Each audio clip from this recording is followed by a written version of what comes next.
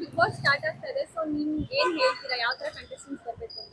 Contest ಅಂದ್ರೆ ಯಾರಾದ್ರೂ ಬರ್ಲಿ, ಫಸ್ಟ್ ಬಿಗ್ ಬಾಸ್ ಅದು ಕನ್ನಡ. ಒಂದು ಎಲ್ಲಾ ಭಾಷೆಲೂ ಬಿಗ್ ಬಾಸ್ ಇದೆ, ನಾವು ನೋಡೋದು ಕನ್ನಡ. ಆ ಕನ್ನಡ ಬಿಗ್ ಬಾಸ್ ಬರೋರಿಗೆ ಫಸ್ಟ್ ಕನ್ನಡ ಬರಬೇಕು.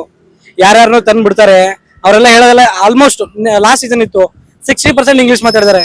ಬಿಗ್ ಬಾಸ್ ನೋಡೋದು ಕನ್ನಡಿಗರು, ಅಲ್ಲೋ ಹಳ್ಳಿಯಲ್ಲಿ ಕುಂತ್ಕೊಂಡು ನೋಡಿರ್ತಾರೆ, ಅವರೆಲ್ಲ ಇಂಗ್ಲಿಷ್ ಬರುತ್ತಾ?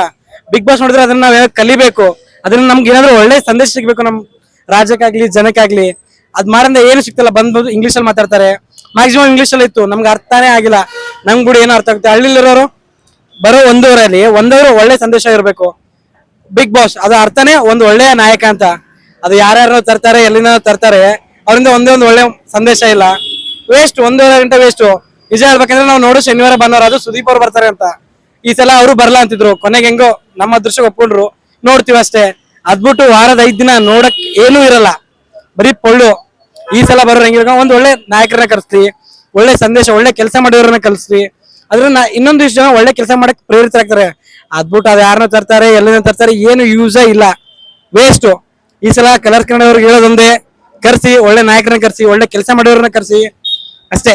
ಜಾಸ್ತಿ ಕಾಂಟ್ರವರ್ಸಿ ಮಾಡ್ಕೊಂಡಿರೋರ್ನೇ ಕಳಿಸ್ತಾರೆ ಆ ತರದವ್ರು ಈ ಸಲ. TRP ಅದು ಬಿಟ್ಟು ಏನಿಲ್ಲ. ಅದು TRP ಗೋಸ್ಕರ ಏನಕ್ಕೆ ಒಂದೂವರೆ ಅವ್ರು ಬೇರೆಯವ್ರು ನೋಡೋರು ವೇಸ್ಟ್ ಮಾಡ್ತೀರಾ? ಕರ್ಸಿ ಒಳ್ಳೆ ನಾಯಕರನ್ನ ಕರ್ಸಿ, ಒಳ್ಳೆ ಹುಡುಗರು, ಒಳ್ಳೆ ಕೆಲಸ ಮಾಡೋರು 100 ಜನ ಇದಾರೆ.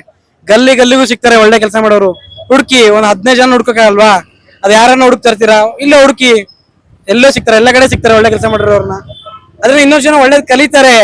ಅದೇನೇನೋ ಬೇಕಾಬಿಟ್ಟಿದ್ರು ಏನ್ ಕಲಿತಾರೆ ನಮ್ ಜನ? ವೇಸ್ಟ್. ಸುಮ್ನೆ ಟೈಮ್ ಪಾಸ್ ನೋಡ್ಬೇಕಷ್ಟೇ, ಏನೋ ನೋಡಕ್ ಬಾಡ ಕೆಲಸ ಎಲ್ಲ ನೋಡ್ಬೇಕಷ್ಟೇ, ಬೇರೆ ಏನು ಯೂಸ್ ಆಗ್ತಿಲ್ಲ. ಕರ್ಸಿ ಒಳ್ಳೆಯವ್ರನ್ನ ಕರ್ಸಿ.